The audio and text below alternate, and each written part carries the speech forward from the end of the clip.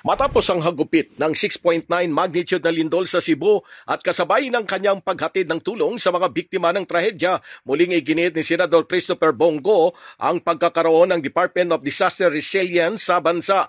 Muling iginiit ni Senador Go na napapanahon na para maglikha ng Department of Disaster Resilience na kanyang inihain sa Senado noong nakarang Kongreso at muling inihain ngayong 28th Congress.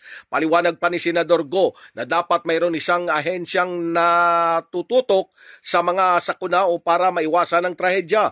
Dagdag pa ni Senador Go, ang Department of Disaster Resilience ang siyang tututok bago dumating ang bagyo, pag-alis ng bagyo at sa mga lindol o maapektuhan ng lindol. Giit pa ng Senador na ang kalihim ng naturang ahensya ang siyang makikipag-coordinate sa iba pang ahensya ng gobyerno tulad ng DSWD para sa paghatid ng mga pagkain at ayuda sa Department of Health para naman sa kalusugan ng mga biktima upang huwag silang magkasakit sa Department of Energy para maibalik agad ang kuryente at sa iba pang ahensya ng gobyerno para sa mabilis na responde sa mga biktima ng kalamidad.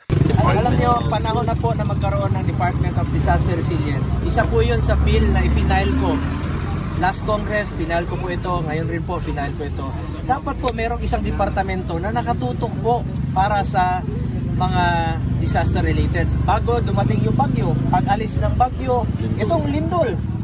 Ang coordination, secretary kaagad ng departamento. Maiwan, coordination with agencies. Tatawagin niya ang DSWD para sa pagkain, preposition of goods, at saka yung DOH para wag magkasakit. Balik kaagad ang kuryente, clearing operation kaagad. Isang departamento nakatutok pag merong disaster. Pangalawa po, meron tayong batas ngayon. Ito pong Ligtas Pinoy Centers Act, Evacuation Center.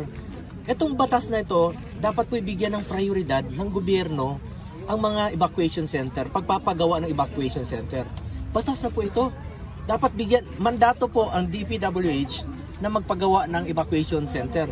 Kaysa nasasayang sa mga flood control na ginagawa pong gatasan ng ilang personalidad, di ba?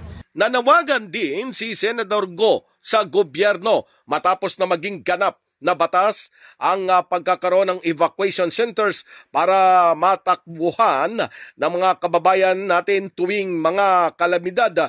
Anya, dapat na prioridad ng gobyerno o DPWH dahil mandato nila sa batas ang pagpapagawa ng mga ito lalo na ngayong madalas ang kalamidad sa bansa.